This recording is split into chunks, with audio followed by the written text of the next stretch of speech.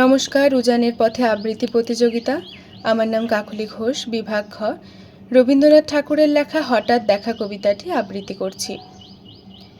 রেলগাড়ির কামরায় হঠাৎ দেখা, ভাবিনি সম্ভব হবে কোনো দিন।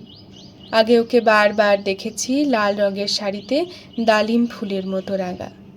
আজ পরেছে কালো রেশমের কাপড়, আঁচল তুলেছে মাথায়।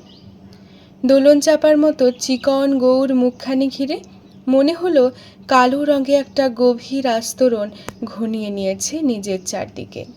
যে দূরত্ব সর্ষে ক্ষেতের শেষ সীমানায়, শালবনের নীলাঞ্জনে। থমকে গেল আমার সমস্ত মনটা। চেনা লোককে দেখলেম অচেনার গাম্ভীর্যে।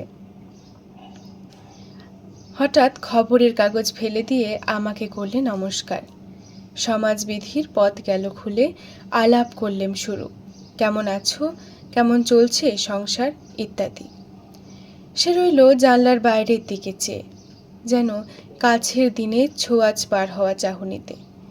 দিলে অত্যন্ত ছোট দুটো একটা জবাব, কোনোটা বা দিলেই না। বুঝিয়ে দিলে হাতের অস্থিরতায় কেন এসব কথা, এর চেয়ে অনেক ভালো চুপ করে থাকা। আমি ছিলাম অন্য বেঞ্চিতে ওর সাথীদের সঙ্গে। একসময় আঙুল নেড়ে জানালে কাছে আসতে, মনে হলো সাহস কম নয়। বসলুম ওর এক বেঞ্চিতে। গাড়ির আওয়াজের আড়ালে বললে মৃদু স্বরে, কিছু মনে করো না। সময় কোথা সময় নষ্ট করার। আমাকে নামতে হবে পরের স্টেশনেই, দূরে যাবে তুমি, দেখা হবে না আর কোনো দিনই। তাই যে প্রশ্নটার জবাব এতকাল থেমে আছে, শুনবো তোমার মুখে। সত্য করে বলবে তো? আমি বললেম বলবো। বাইরের আকাশের দিকে তাকিয়ে শুধুলে, আমাদের গেছে যেদিন একেবারেই কি গেছে, কিছুই কি নেই বাকি। একটুকু রইলাম চুপ করে, তারপর বললেম, রাতের সব তারাই আছে দিনের আলোর গভীরে।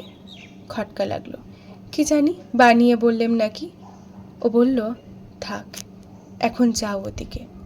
সবাই নেমে গেল পরের স্টেশনে, আমি চললেম একা।